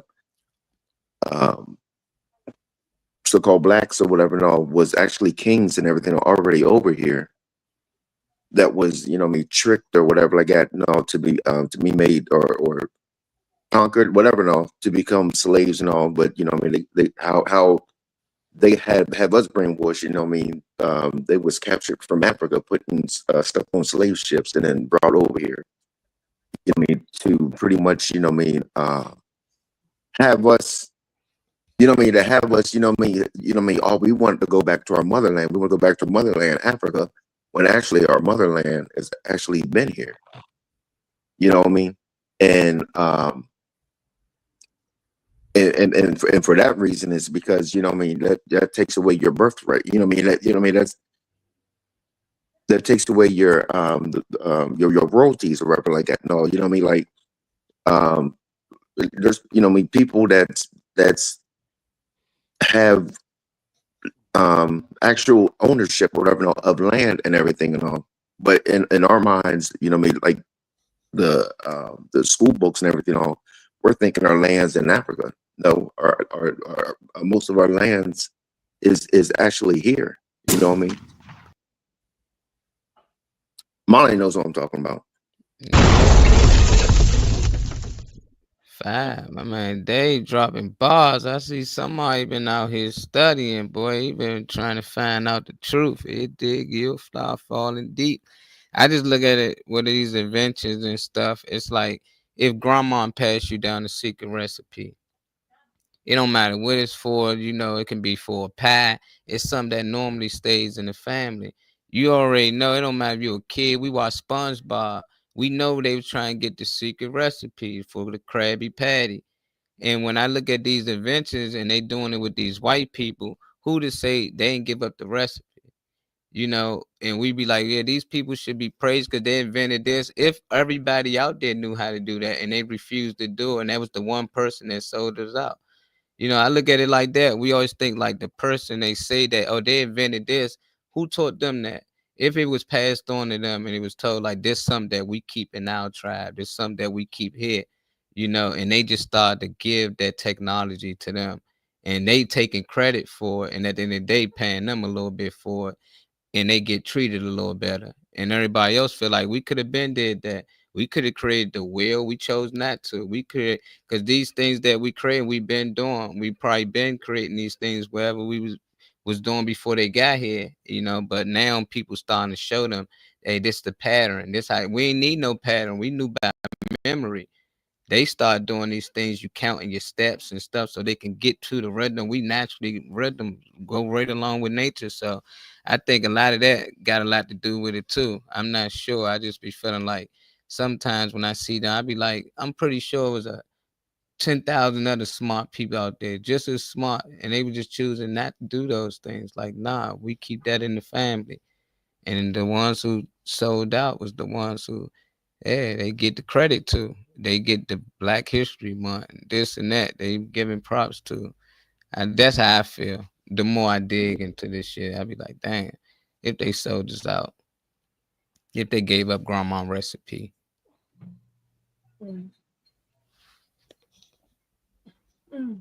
I definitely gave up grandma's recipe, but I ain't gonna say they sold out. I'm saying they was a lot of them was forced to give up grandma's recipe. See, thinking about self. Y'all, we coming to the end of the show. We are getting ready. Everybody getting geared up for tomorrow.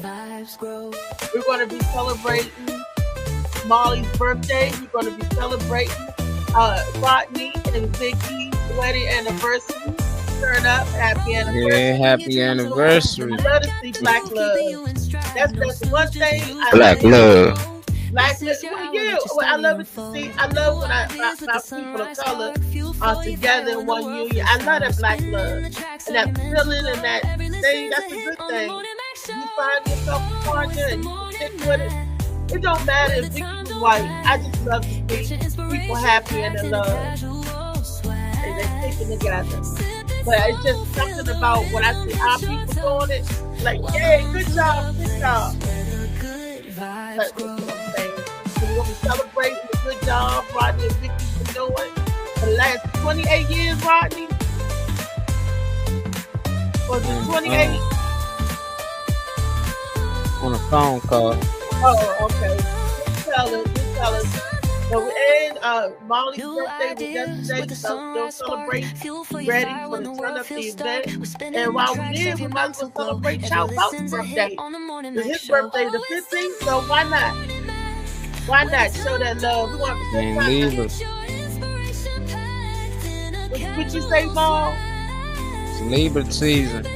Libra season. And I know on good authority, yes, some Libras are good. Most Libras that I ran across are good people. My grandparents were both my grandfather and my grandmother. Oh yeah, that's why they spoiled you, man. We spoiled the kids. That's why we grandkids. Can't imagine, man. Grandkids gonna get whatever they want. I got it, they got it. I got it, they got it. Broke for them.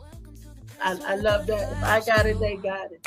Well, we're going to bring the funny. We're going to get all the laughs and the funny. Yeah, Chow. Tomorrow, Chow Bout is cutting up in the creek. But we're going to be in Chesapeake Beach.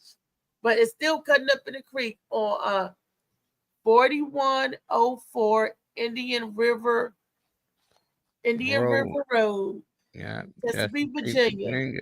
Zip code 23325. Got my Timberlands ready, baby. He want to put the boots on somebody's neck. Look, I got my Timberlands, but if my legs are swollen, I ain't gonna be able to put my boots on because my calf will be so big. I ain't gonna be able to zip them bitches up. So I got.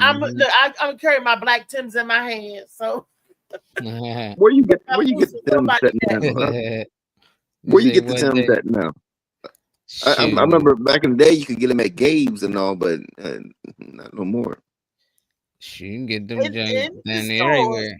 Foot Locker, Shoe City, any of the shoe spots. Yeah. Or Chow might got a website. You probably know you get them 30% off knowing Chow. Let's go look up Timberland on the web or the company, or look it up on Amazon. Look it up. I mean, they got it all. I can't spell Libra without LA. Okay. Yeah. Oh yeah. Thank y'all, everybody who wished me happy anniversary. I'm sorry I had the phone call. I apologize, but thank you. It's okay. 28 years. 25. 25 years. 25 years. Pull up that picture real quick, Molly, before y'all go. You got which one?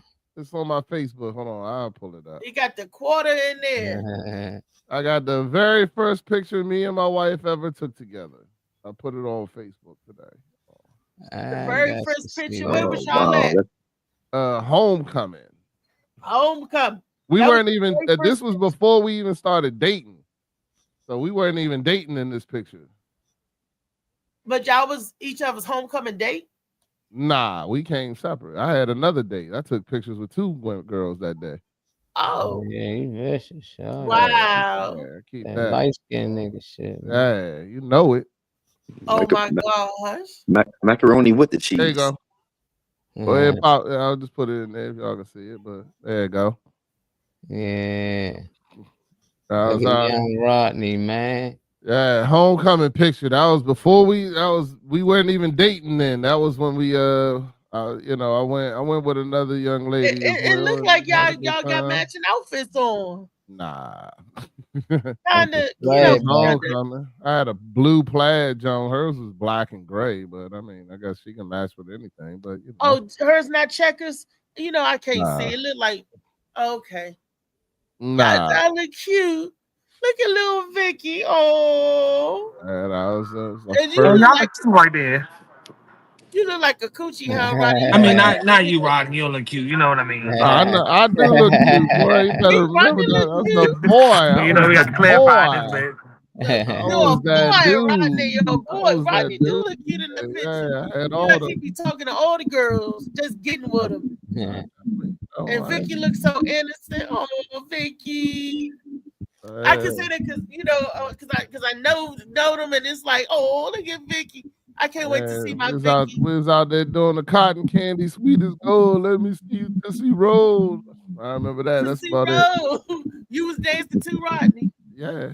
Or you was just trying to back up. I got that. Yeah, I got the two step. I do the two step and just let you, grind on me.